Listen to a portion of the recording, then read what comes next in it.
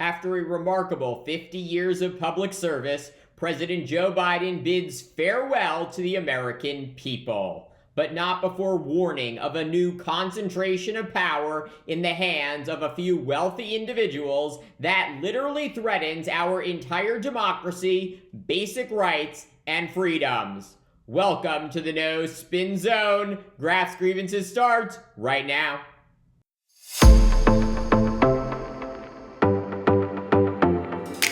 At 29 years old, Joe Biden became one of the youngest Americans ever elected to the United States Senate in November of 1972.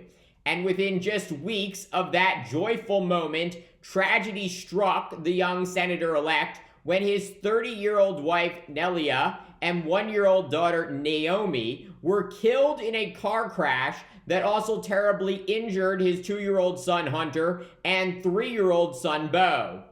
Biden would eventually be sworn into the United States Senate at his son's hospital bedside and began commuting by train to Washington every day from Delaware in order to spend as much time with his young sons as possible.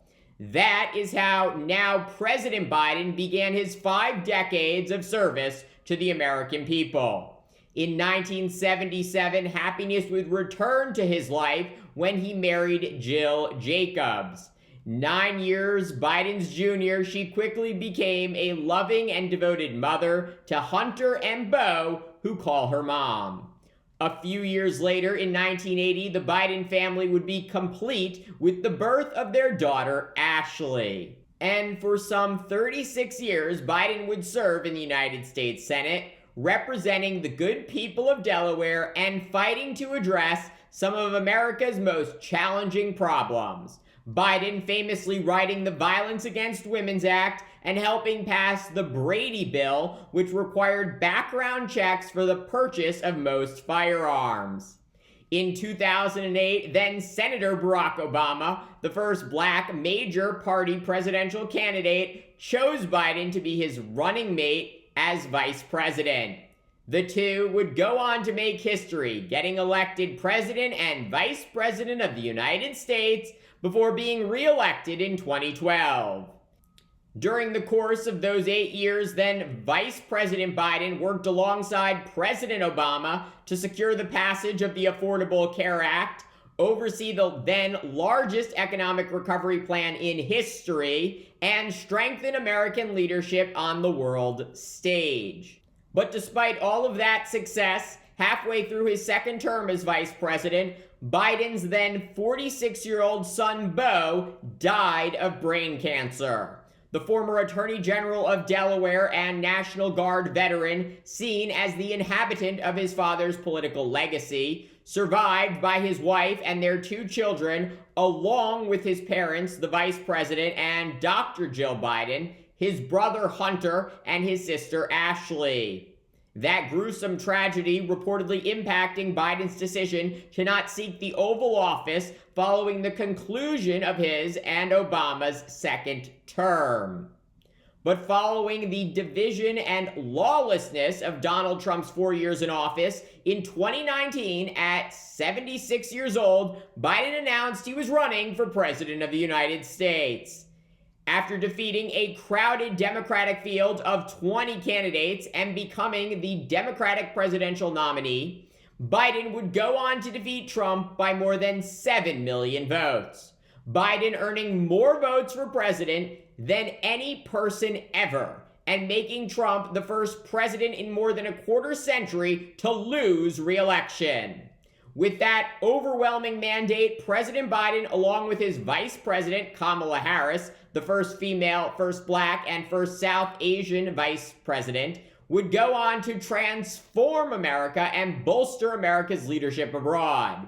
As his first order of business, President Biden led America out of the worst pandemic in modern history, signing into law the $1.9 trillion American Rescue Plan. The act providing direct payments to individual taxpayers and allocating hundreds of billions of dollars in assistance to state and local governments. Next, President Biden went to work rebuilding America, literally, signing into law the $1.2 trillion Infrastructure Investment and Jobs Act that for decades to come will put Americans to work rebuilding the nation's roads, bridges, and airports. President Biden also making the largest investment in climate and clean energy in the history of the world by signing the $800 billion Inflation Reduction Act, which also curbed the cost of prescription drugs, expanded healthcare for veterans, reinvigorated the semiconductor industry, and bolstered the IRS. All of this resulting in the United States having the strongest economy in the world. The final jobs report of the Biden administration showing that the U.S. economy added more than 16.6 million jobs under the leadership of President Biden. The most jobs created by any president in one term, and making Biden the only president in history to have created jobs every single month of his tenure. Furthermore, although he inherited the worst economic crisis in decades with unemployment above 6% when he took office, Biden oversaw the lowest average unemployment rate in 50 years, with unemployment at 4.1% today. Frankly, it is amazing what President Biden accomplished in just 4 short years. Most two-term presidents do not accomplish even half of what Biden has done.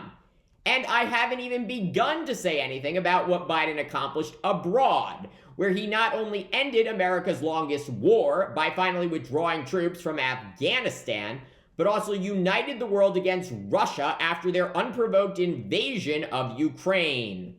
Our adversaries are weaker than we were when we came into this job 4 years ago. Just consider Russia. When Putin invaded Ukraine, he thought he'd conquer Kyiv in a matter of days. But the truth is, since that war began, I'm the only one that stood in the center of Kyiv, not him.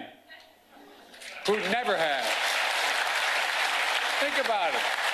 Thanks to President Biden's leadership, the U.S. has funneled tens of billions of dollars in weapons to Ukraine to defend their democracy and prevented authoritarian Russia from seizing their capital or taking control of the democratic country. Biden also rallying behind Israel after the Hamas terrorist attacks on October 7th in 2023, and deftly balancing his decision to provide the Jewish state with billions in weapons while also advocating for innocent civilians in Gaza and the humanitarian crisis there. Now, as President Biden wraps up his 4 years in the Oval Office and 5 decades of public service, he has a warning for the American people. Today, an oligarchy is taking shape in America of extreme wealth, power, and influence that literally threatens our entire democracy, our basic rights and freedoms, and a fair shot for everyone to get ahead. We see the consequences all across America, and we've seen it before, more than a century ago. But the American people stood up to the robber barons back then and busted the trusts. They didn't punish the wealthy, just made the wealthy play by the rules everybody else had to. Workers want rights to earn their fair share. President Biden, in his farewell address from the Oval Office, warning about the threat posed by the dangerous concentration of power in the hands of wealthy and well-connected individuals. Federal Reserve data shows the wealthiest 0.1% of this country hold more than 5 times the wealth of the bottom 50%. The president not mentioning any names, but clearly referring to the multi-billion-dollar technology executives in the United States, such as Elon Musk, Mark Zuckerberg, and Jeff Bezos, who have all suddenly become friends with President-elect Donald Trump. The world's 3 wealthiest men, all making millions of dollars in contributions to Trump, and are due to sit on the dais for his swearing-in ceremony. Biden likening these men to the robber barons of past decades, who he argues are solely interested in enriching themselves and enable the abuse of power. You know, his farewell address, President Eisenhower spoke of the dangers of the military-industrial complex. He warned us then about, and I quote, the potential for the disastrous rise of misplaced power, end of quote. 6 decades later, I'm equally concerned about the potential rise of a tech-industrial complex that could pose real dangers for our country as well. Americans are being buried under an avalanche of misinformation and disinformation, enabling the abuse of power. The free press is crumbling. Editors are disappearing. Social media is giving up on fact-checking. The truth is smothered by lies told for power and for profit. The powerful forces want to wield their unchecked influence to eliminate the steps we've taken to tackle the climate crisis, to serve their own interest for power and profit. We must not be bullied into sacrificing the future of our children and our grandchildren. So how do we get to work fixing this problem? President Biden has some ideas.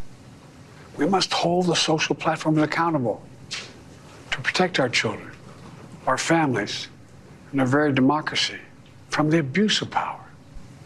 We need to get dark money. That's that hidden funding behind too many campaigns contributions. We need to get it out of our politics. We need to enact an 18-year time limit, time and term, for the strongest ethics and the strongest ethics reforms for our Supreme Court. We need to ban members of Congress from trading stock while they're in the Congress. We need to amend the Constitution to make clear that no president is immune from crimes that he or she commits while in office. The president's power is not limited. It's not absolute. The departing president taking a direct shot at Trump and the Republican-controlled Supreme Court, saying that America needs a constitutional amendment to reverse that recent Supreme Court ruling that guaranteed broad immunity for official acts by a president. Trump has argued he is immune from prosecution for his efforts to overturn the 2020 election and steal classified documents because he was president. Concluding his farewell address, President Biden ended on a more optimistic note and thanked the American people. My eternal thanks to you, the American people. After 50 years of public service, I give you my word. I still believe in the idea for which this nation stands. A nation where the strength of our institutions and the character of our people matter and must endure. Now it's your turn to stand guard. May you all be the keeper of the flame. May you keep the faith. I love America. You love it too. God bless you all. And may God protect our troops. Thank you for this great honor. And should you question whether anyone was paying attention to Scranton Joe as he exits the stage, following the president's speech, searches for oligarchy spiking on Google. President Biden represents the best of America, the best of humanity. Despite getting knocked down time and time again, he never gives up. He never forgets where he came from, and he always fights his hardest for the American people. Thank you, President Biden, for being an inspiration to me and hundreds of millions of others. Thank you for watching Graph's Grievances. Let me know what you think. Please like, subscribe, share, and join me tomorrow for more.